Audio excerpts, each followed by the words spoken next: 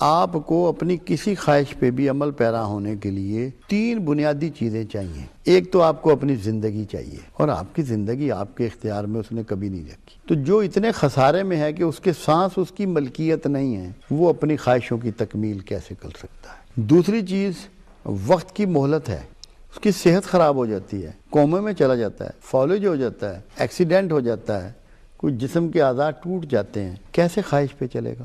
زلزلہ آ جاتا ہے، سراؤنڈنگ کے حالات تبدیل ہو جاتے ہیں، سیلاب آ جاتا ہے، خواہش پہ نہیں چل سکتا۔ قرآن نے اسی لیے انسان کے لیے یہ کہا کہ یہ خسارے میں رہنے والا ہے، گھاٹے میں رہتا ہے، ان چیزوں کو اون کرتا ہے جو چیزیں لمبی چلنے والی نہیں۔ آپ مکان بناتے ہیں، اس کے لیے پوری زندگی نوکری، کاروبار، ہیرا پھیری، رشوت، بددیانتی، سارے کام کرتے ہیں، تو مکان تو وہ آپ کا نہیں ہوتا۔ بچے جب آپ فوت ہوتے ہیں وہ کہتے ہیں جلدی کرو، ان کا جسم بدبو چھوڑ دے گا، دباؤ انہیں، جلدی اٹھاؤ جنازہ۔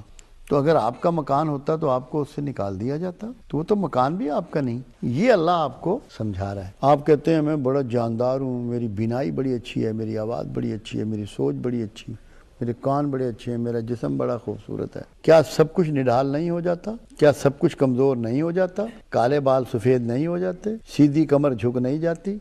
تو جو اتنے خسارے میں ہیں، جب وہ ان ایبلٹیز پر اور اللہ کی دی ہوئی چیزوں پر بھروسہ کرتا ہے نا، تو وہ اللہ کو چیلنج کرتا ہے۔ اور اگر وہ یہ سمجھ لے کہ یہ سب اس کے دیے ہوئے انعامات ہیں، مجھے اس کی ماننی ہے، اپنی نہیں کروانی، اپنی خواہش کو اللہ پہ چھوڑ دے اور اللہ کی خواہش کو اپنا راستہ بنا لے، اللہ کمال مہربانی سے اس کو وہ بھی دے دے گا جو وہ دن میں سوچتا ہے۔ ایک حدیث قدسی ہے جس نے یہ بات آپ کو سمجھائی کہ اس کا علاج کیا ہے۔ پروردگار عالم فرما رہا ہے کہ اے میرے بندے، ایک تیری خواہش ہے اور ایک میری خواہش ہے۔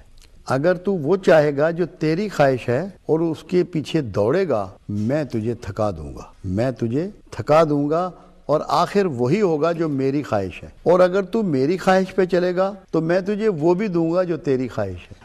تو اس کا اصول یہ ہوا کہ خواہشوں کا پورا کرنا یا نہ پورا کرنا یہ اللہ کے اختیار میں ہے۔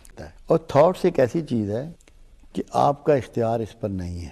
اگر تقدیر کو سمجھنا ہو نا، ان تھاٹس کے آنے سے ہی سمجھ میں آئے گی۔